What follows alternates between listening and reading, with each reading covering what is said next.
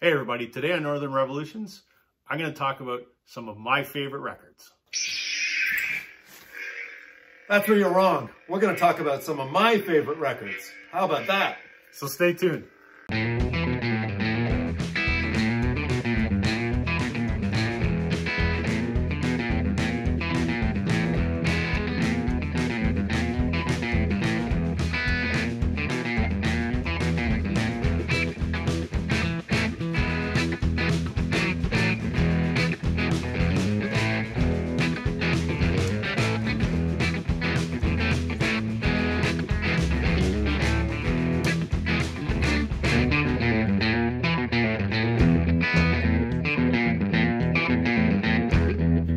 Hey everybody, welcome to Northern Revolutions. I'm Rob. I'm Mike from MGKBoston. I've got a special guest in studio today here at Northern Revolutions World Headquarters. Mike's in town today, so he wanted to stop by, and we've been chatting records all morning. So Mike's gone through my collection and pulled some of the records that he really likes, and he's going to share them with you, and we'll talk about them. It's just amazing to be here at World Headquarters. It's like I'm at Parliament Hill. It's just an important place in Canada. People know it. It's Northern Revolutions World Headquarters. MGKBoston is humbled to be here. So yes. So I just went through Rob's collection and I grabbed half a dozen. So just have a little, whatever you call it, exchange of ideas here, right?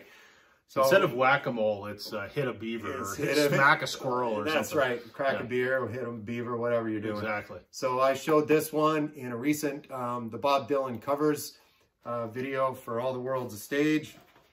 What was that song on here, Rob? So the song we're talking about, it's called If Not For You. Of course, that's a Bob Dylan original, and it's on this All Things Must Pass.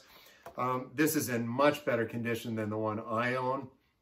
And, where did you pick this one up, Rob? This is a remnant from my dad's collection. I've said before, when my dad passed, I went through and pilfered the things that I wanted to keep out of it. And being a Beatle fan, I took it. Wow.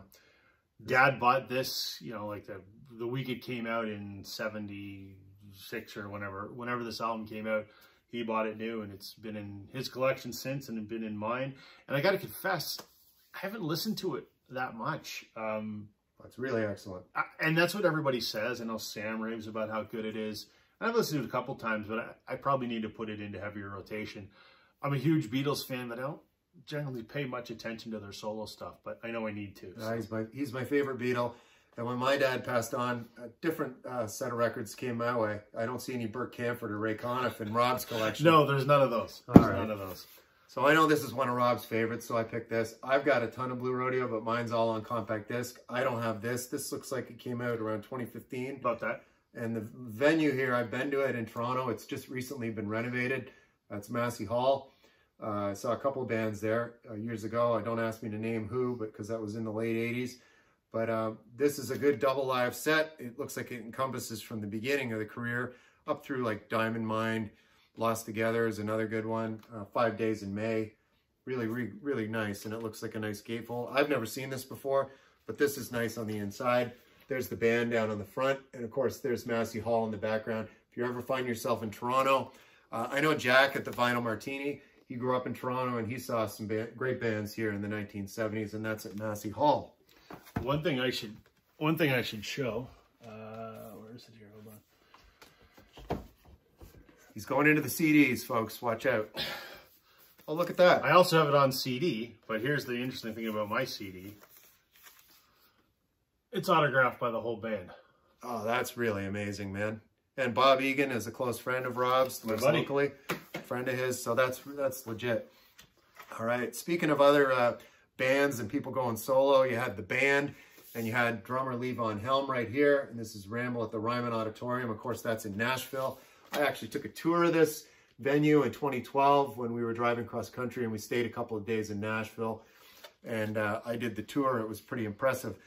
And this is a double LP set, it looks like. And he would have these rambles, and I think up at his old farm in Woodstock, New York, he would have these rambles. It's basically a jam session with a bunch of his friends, have a party centered around the jam, and that's what they call a ramble. So this is, there's band originals on here like Ophelia, Deep Ellum Blues is a traditional number. Grateful Dead do a great version of that. Those of you in the know would know that. And Chest Fever is another favorite on here that I love. This is a nice looking set.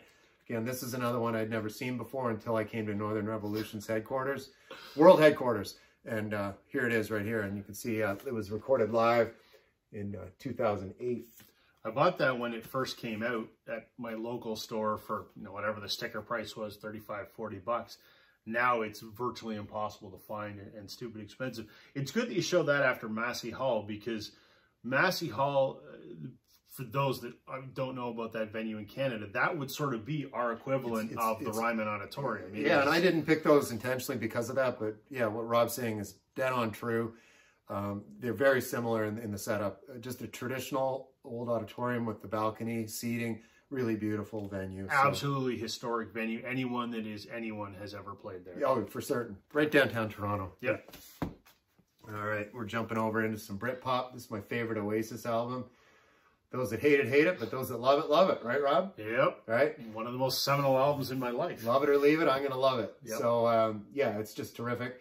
I saw them. I don't know if it was this tour. They opened for Neil Young. Oh, really? And that was at Molson Park in Barrie. I remember that. Yeah. It was around 1993. Yeah. Because 94 actually it was. Because the year before in 93 I saw Lollapalooza. And that was one with Alice in Chains, Arrested Development, and Tool, a bunch of bands. And then the following summer, saw this was coming up, and I was like, Oasis and Neil Young, I like them both. It's a weird pairing. Yeah, it is a weird pairing. But it worked, and it was a hell of a party. It's an outdoor venue north of Toronto. Of course, you know, Molson Beer, they own this giant outdoor venue, and you could camp out in the parking lot, and that's what we did. It was a wicked party. So, which is no longer there anymore. No, it's not. It's a mall there now, right? Yeah. Yeah, there's the brothers, you know, they just can't, they got to learn to get along again and get back together, right? Yeah. I don't think that's one, you know, we all have that list of bands that we never got to see. This is right up there for me. So Rob, like, let's compare our hair to the, you know, the Gallagher brothers.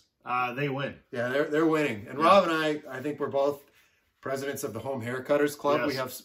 We absolutely more in common by the minute, my friend. All right. The only problem with Mike is this absolutely horrible hat that he's wearing. Yeah, I'm surprised I got through the door security here at Northern Revolution's World Headquarters. We let it slide because you're a celebrity. They let me in the door, but only because I'm a celebrity.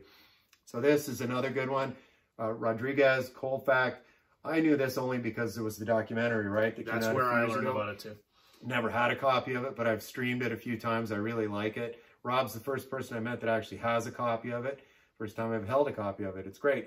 Maybe I'll walk through security with this today at World Headquarters. So I'll see how far I get. Bruce the bouncer will tackle me. Yeah, he was brutal. That's an original South African first pressing. I have obviously the modern reissue, but this was a grail for me for a long time, was to get a South African first press, just because for those that have seen Searching for Sugar Man, Rodriguez. Oh, that was the name of the doc. I forgot. That was the documentary. Yeah.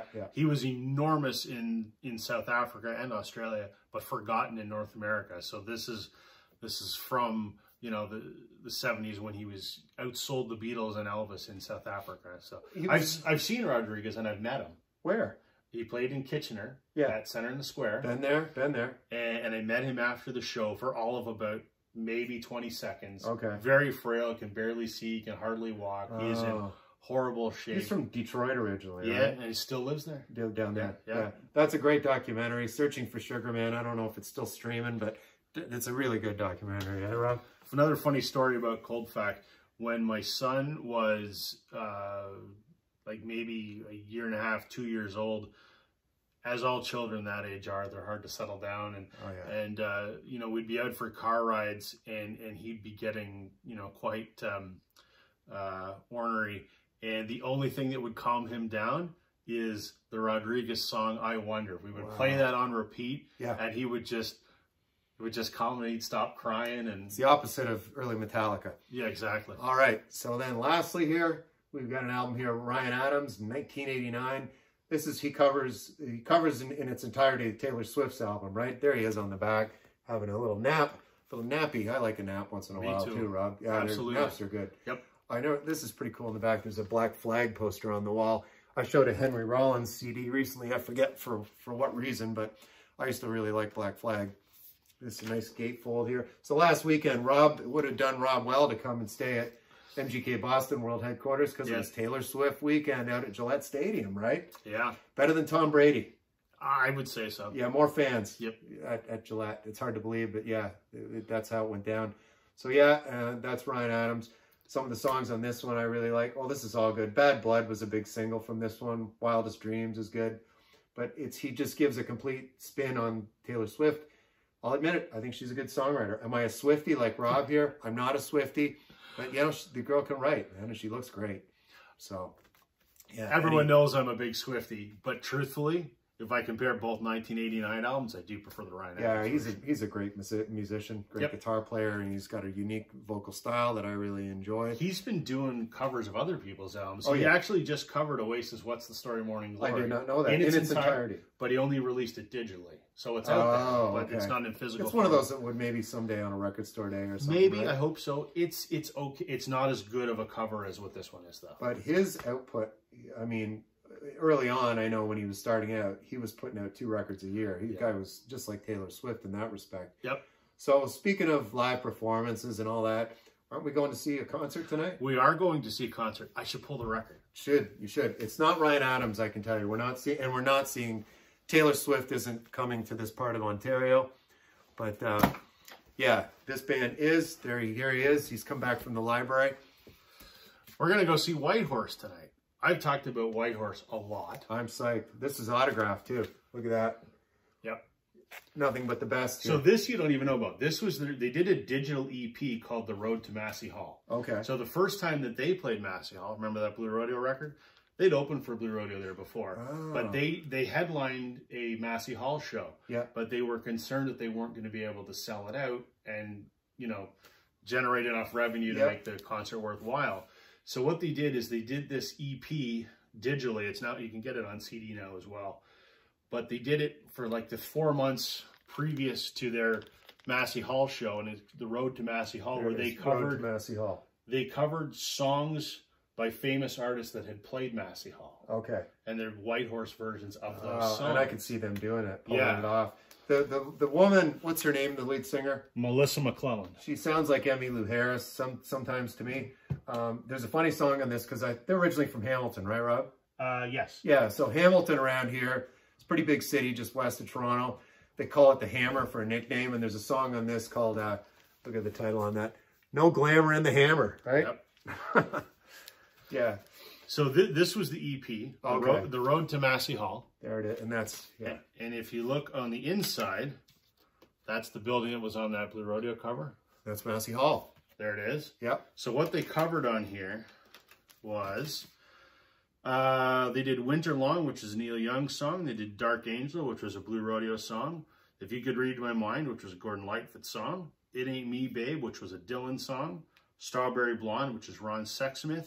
Ron Sexsmith is a popular Ontario guy, too, from Toronto. Yep. And then they did Un Canadian Errant, which is a traditional French song. Okay. I don't know that. En français. En français. This is the only Whitehorse release that's not available on vinyl, but that's what's on the back of that record. All right. Well, I might get this through security, too, on my way out of... I don't think so. Oh, see, they're very strict here. Long story short, though, we're going to see these guys tonight. I guess Mike and Patty got turned on to them from a video that I mentioned. Rob entered my contest. Mrs. Northern Revolutions wasn't in it.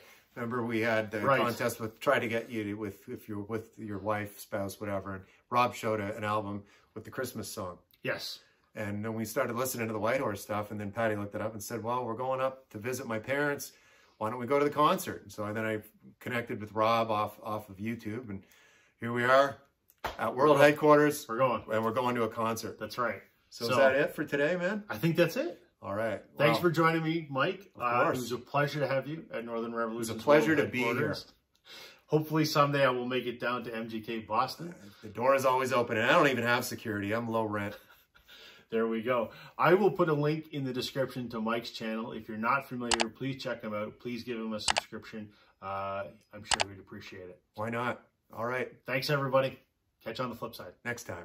Bye.